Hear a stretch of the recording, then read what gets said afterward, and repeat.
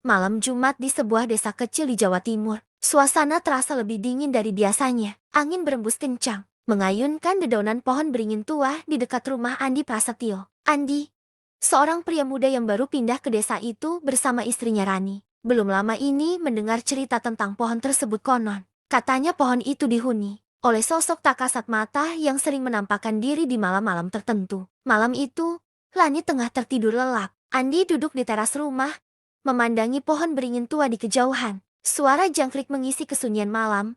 Namun ada sesuatu yang berbeda. Andi merasa seperti ada yang memperhatikannya dari balik pepohonan. Sekilas, bayangan putih melintas di sela-sela ranting. Ah, mungkin cuma bayangan, gumam Andi sambil masuk ke dalam rumah. Namun, sebelum ia menutup pintu, terdengar suara bisikan halus memanggil namanya.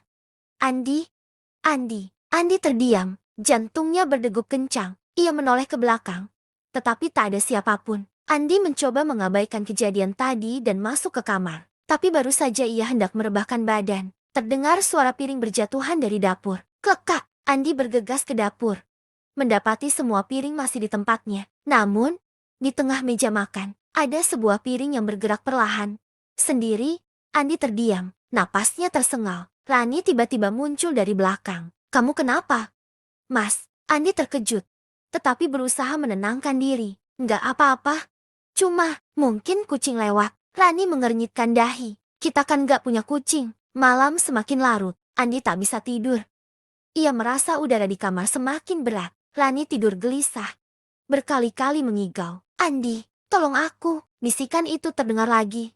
Kali ini lebih jelas. Andi, aku di luar. Peluh membasahi dahi Andi. Ia memutuskan untuk keluar rumah, ingin memastikan semuanya hanya ilusi. Begitu membuka pintu, ia melihat sosok perempuan berambut panjang, berbaju putih berdiri di bawah pohon beringin. Andi terperangah.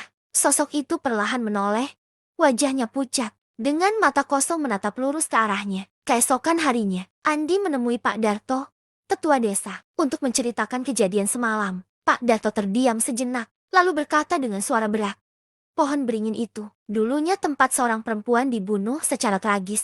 Jiwanya belum tenang. Andi bergidik, apa yang harus saya lakukan? Jangan pernah keluar saat mendengar bisikan. Ia akan membawamu bersamanya. Malam Jumat berikutnya, Andi memutuskan berjaga. Tapi sekitar pukul 3 dini hari, Rani tiba-tiba menghilang dari kamar. Andi panik, lalu mendengar suara itu lagi. Andi, di sini.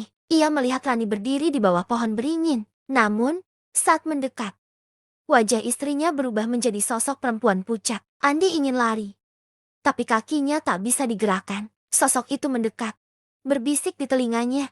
Sekarang giliranmu. Pagi harinya, penduduk desa menemukan Andi pingsan di bawah pohon beringin, dengan wajah penuh ketakutan. Rani, yang semalaman mencari suaminya, hanya bisa menangis. Sejak saat itu, tak ada yang berani mendekati pohon beringin di malam Jumat. Bisikan itu masih terdengar.